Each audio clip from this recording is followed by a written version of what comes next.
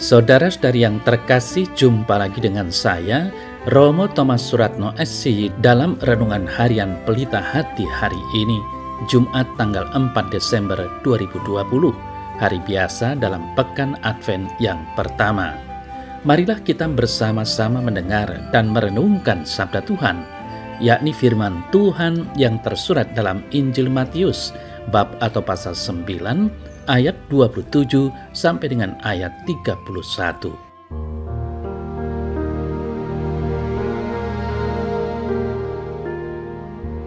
Ketika Yesus meneruskan perjalanannya dari sana, dua orang buta mengikutinya sambil berseru-seru dan berkata, "Kasihanilah kami, hai anak Daud." Setelah Yesus masuk ke dalam sebuah rumah, datanglah kedua orang buta itu kepadanya dan Yesus berkata kepada mereka, "Percayakah kamu bahwa aku dapat melakukannya?" Mereka menjawab, "Ya Tuhan, kami percaya." Lalu Yesus menjamah mata mereka sambil berkata, "Jadilah kepadamu menurut imanmu." Maka meleklah mata mereka. Dan Yesus pun dengan tegas berpesan kepada mereka, katanya, "Jagalah supaya jangan seorang pun mengetahui hal ini." Tetapi mereka keluar dan memasyurkan dia ke seluruh daerah itu.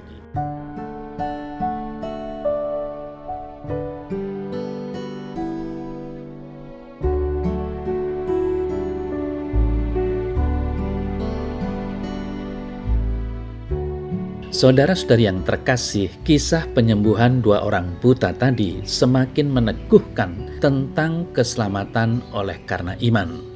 Yesus yang adalah keturunan Daud tidak menyembuhkan dengan jampi-jampi atau mantra tertentu seperti yang dilakukan oleh dukun-dukun yang lain.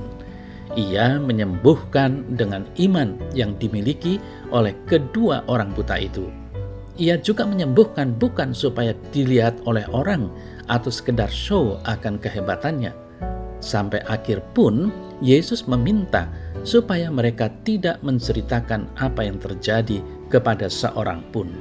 Saudara-saudari yang terkasih, kedua orang buta itu merupakan salah satu dari bagian masyarakat Yahudi yang percaya betul akan datangnya Mesias.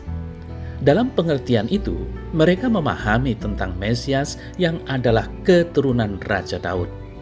Seruan mereka mewakili seruan bangsa Yahudi akan penantian mereka atas raja yang berkuasa seperti Raja Daud. Hanya keturunan Daudlah yang akan mengembalikan kejayaan mereka. Mesias keturunan Daudlah yang akan memimpin bangsa mereka kembali untuk memerintah dengan kekuasaan sang raja. Saudara saya terkasih, demikian kiranya mengapa Yesus tidak mau seketika itu juga menyembuhkan mereka ketika masih berada di tengah jalan.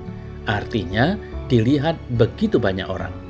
Yesus justru mengambil tindakan ketika sudah berada di dalam rumah, artinya tidak ada orang yang melihatnya.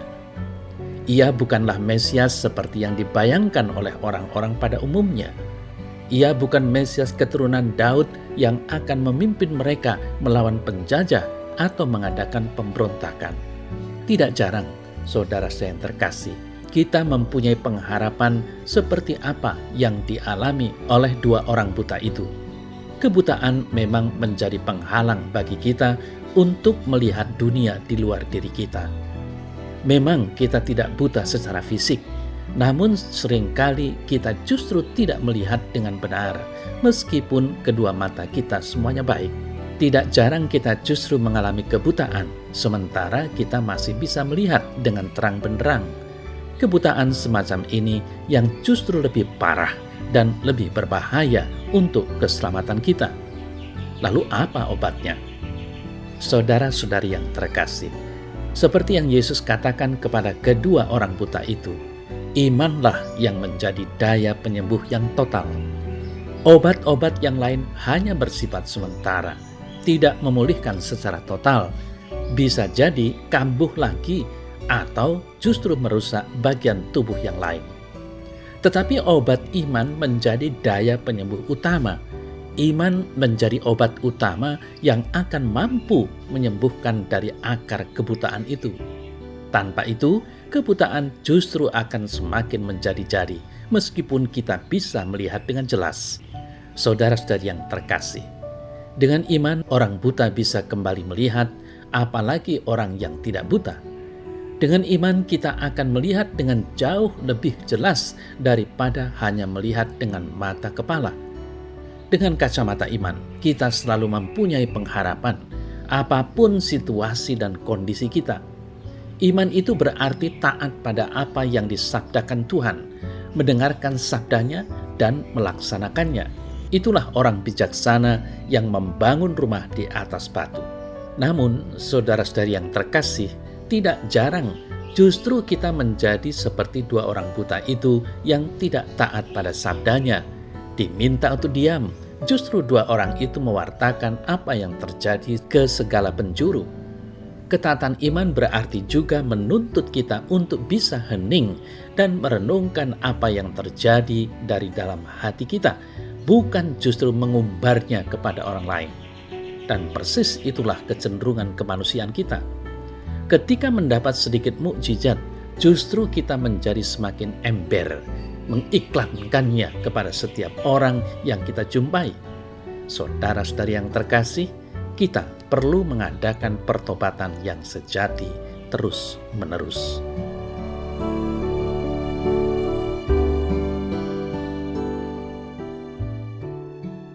Ya Tuhan, ajarilah aku agar mampu beriman dengan benar. Semoga aku dengan iman kepadamu mampu melihat dunia dengan lebih baik. Semoga aku mampu selalu menemukan harapan di dalam setiap situasi sulit hidupku. Tuhan, ajarilah aku untuk mampu melihat hidupku dengan mata iman. Amin.